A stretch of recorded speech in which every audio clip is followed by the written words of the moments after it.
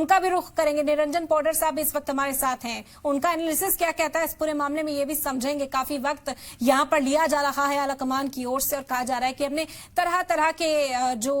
इस सीएम के फैसले को लेकर जो बातें थी वो सुनी है। निरंजन साहब, कहा जा रहा था कि कभी पूर्वांचल को साधने की कोशिश की जा रही है, हो सकता है कि कोई सिख सीएम का चेहरा सामने रख दिया जाए, किसी खातून के हाथ में बागडोर दे दी जाए। क्या नजर आता है बीजेपी क्या आने वाले असेंबली इंतखाबात को भी साधने की पूरी कोशिश करेगी दिल्ली की कुर्सी से?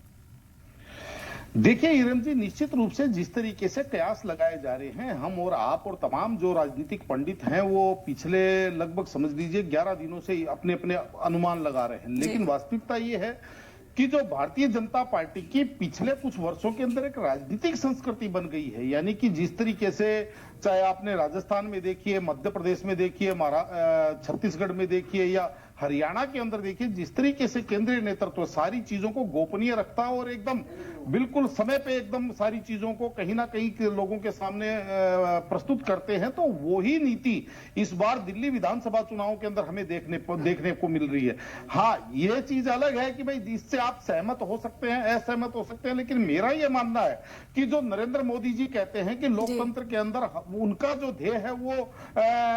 पारदर्शिता, परामर्श, परिश्रम और पुरुषार्थ, तो कहीं ना कहीं वो ये बात कहते तो हैं, लेकिन यहाँ पे करनी और कथनी में अंतर नजर आ रहा है। क्योंकि अगर मान लीजिए जनता के सामने आप वोट मांग रहे हैं, क्योंकि हमारे जो नीति नियंता थे, हमारे जो संविधान निर्माता थे, उन्होंने जो हमारे को लोकतांत्रिक प्रक्रिया दी है, या जो उन्होंने हमारे को एक जनता जो जनता की सरकार, जनता के द्वारा जनता के लिए वाला जो मंत्र दिया है, कहीं ना कहीं ये जो चीज है ये उससे मेरे हिसाब से मैच नहीं करती है, उससे ये इत्तेफाक नहीं रखती है। उसका कारण ये है क्योंकि देखिए मेरा ये मानना है कि अगर आपके विधायकों को अगर मुख्यमंत्री चुनना था तो आपके विधायक 8 तारीख के बाद में कभी भी बैठ सकते थे, 9 तारीख को बैठ सकते थे, 10 तारीख को बैठ सकते थे, 11 तारीख को बैठ सकते थे और अपना नेता चुन सकते थे। अगर आपके केंद्रीय नेतृत्व को ये चीज चुननी है तो वो केंद्रीय नेतृत्व को क्यों चुननी है, मेरे को ये चीज समझाइए कि भाई आपको ऐसा क्या कारण है कि जिस तरीके से आपने राजस्थान के अंदर मैं बात करूं तो बिल्कुल एकदम अंतिम समय के अंदर एक लास्ट की पंक्ति में खड़े हुए व्यक्ति को, भजन लाल शर्मा जी को लाकर के इन्होंने मुख्यमंत्री बना दिया। हालांकि वो कहते हैं कि फॉर्मूला काम तो आ रहा है उनके है। निरंजन साहब, वार पलटवार का सिलसिला पॉलिटिकल पार्टीज में तो चलता रहेगा। यहाँ पर अगर आपका एनालिसिस समझें, आपने जिक्र किया कि कैसे एक नए चेहरे को लाकर पार्टी जो है बड़ी जिम्मेदारी सौंप देती है, तो आपको लगता है कि बीजेपी के अंदर ये स्ट्रैटेजी काम कर रही है? तभी बार बार हर रियासत में हम देखते हैं किस तरह का एक्सपेरिमेंट बीजेपी की ओर से किया जा रहा है। देखिए ईरम जी कहा, मैं आपको एक चीज और बता देना चाहता हूं कि देखिए जब खुदा हुस्न देता है तो नजाकत आ ही जाती है। कहीं ना कहीं ऐसा ही दौर एक बार कांग्रेस का हुआ करता था जब इंदिरा गांधी जी के 80 के दशक के अंदर, कि जब कांग्रेस लगातार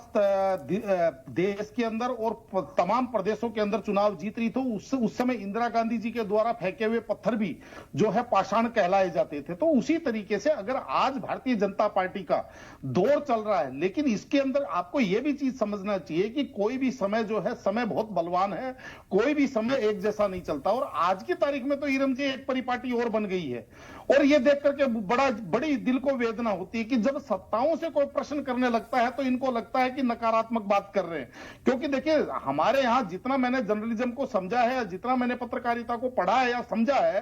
तो मेरा यह मानना है कि सत्ताओं से प्रश्न करना किसी भी बुद्धिजीवी का, किसी भी पत्रकार का, किसी भी जर्नलिस्ट का जो समाज का एक अभिन्न अंग है, उसका एक दायित्व नहीं, उसका धर्म भी बन जाता है। लेकिन वास्तविकता यह है, मैं कोई नकारात्मक बात नहीं कर रहा, मैं तो केवल 2 बातें पूछना चाह रहा हूं। अगर मेरी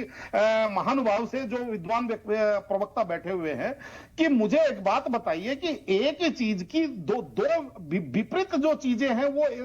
एक जैसी कैसे हो सकती है? अगर मान लीजिए आप कहते हैं कि हमारा कोई भी व्यक्ति की कोई भी कार्यकर्ता मुख्यमंत्री बन सकता है, तो जब प्रधानमंत्री नरेंद्र मोदी जी की बात आती है तो वो ये कहते हैं कि मैं अच्छा शासन इसलिए दे पाया, केंद्र के अंदर मैं इतना अच्छा काम मेरी सरकार इसलिए कर पाई क्योंकि मेरे पास 13 साल का गुजरात के मुख्यमंत्री पद का गवर्नेंस का जो है मेरे पास अनुभव था। उसके अलावा मैंने पूरे देश के अंदर 98% जिलों के अंदर मैंने रात्रि निवास किया हुआ है, यानी कि मैं पूरे देश की भौगोलिक स्थिति को बहुत भली भांति परिचित हूं। अगर मान लीजिए अनुभव का, प्रशासनिक अनुभव का अगर महत्व है, तो आप एक ऐसे मुख्यमंत्री क्यों ला देते हैं? क्या राजस्थान के प्रदेश के अंदर या मध्य प्रदेश के प्रदेश के अंदर क्या वहां पे किसी अनुभवी मुख्यमंत्री की कोई उपयोगिता नहीं है क्या? दिल्ली में कोई अगर अनुभवी नेता यहां का अगर नेतृत्व करते तो उसकी कोई उपयोगिता नहीं है क्या? और अगर अनुभव की कोई उपयोगिता नहीं है तो फिर प्रधानमंत्री जी ऐसा क्यों बोलते हैं? एक बात।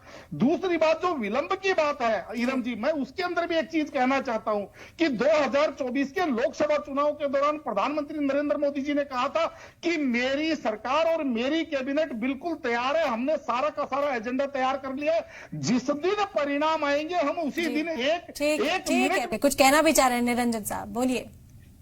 देखिए इरम जी, अगर जिंदी मक्खी निकलना हो तो मैं तो देखिए, माफ कीजिएगा, मैं तो मिस्त्री के साथ भी नहीं निकल सकता, क्योंकि प्रधानमंत्री जी ने एक बार नहीं हजारों इंटरव्यू के अंदर, मैं आपको यूट्यूब पे निकाल करके दिखा सकता हूं, जिसके अंदर वो बार बार इस चीज को इंगित करते हैं कि मेरी सरकार इसलिए अच्छा काम कर पा रही है क्योंकि मेरे पास 13 साल का पहले गवर्नेंस का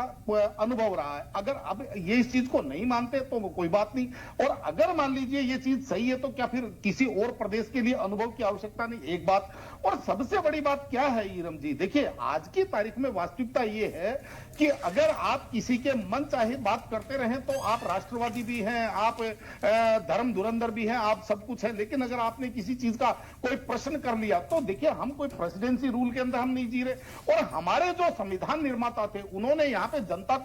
जनता को मालिक बनाया हुआ है, और जनता जब मालिक होती है तो जनता के प्रति आपकी जवाबदेही भी बनती है। और अगर मान लीजिए मैं आपके साथ बैठ करके कोई प्रश्न करता हूं तो आप मुझे कोई जर्नलिस्ट मत मानिए, आप मुझे कोई पैनलिस्ट मत मानिए, आप मुझे ये मान के चलिए कि मैं उसी जनता के अंदर एक व्यक्ति हूं जो मैंने अभी 5 तारीख को दिल्ली के अंदर वोट भी किया है। तो जब मैं आपके लिए वोट कर सकता हूं, मैं किसी के लिए वोट कर सकता हूं, उससे प्रश्न भी पूछ सकता हूं। वहां पे जाकर के अगर आपको कोई चीज मेरी अगर प्रश्न पूछना अप्रिय लगता है तो ये मुझे ऐसा लगता है कि ये तो जिसको कहते हैं ना हमारे यहाँ कि किसी भी व्यक्ति के लिए अहम और वहम, किसी भी संस्था के लिए, किसी भी पार्टी के लिए अहम और वहम सबसे बड़ी बीमारी है, तो शायद हो सकता है फिर वो बीमारी भी घर कर गई हो। शक्ति के साथ साथ दायित्व भी आते हैं, अधिकार के साथ साथ जिम्मेदारियां भी आती हैं। अगर आप नहीं मानते हैं बात तो वो आपकी अपनी अपनी सोच है, लेकिन हम तो प्रश्न कर रहे हैं, हम प्रश्न करते भी रहेंगे। बिल्कुल बिल्कुल, जाहिर तौर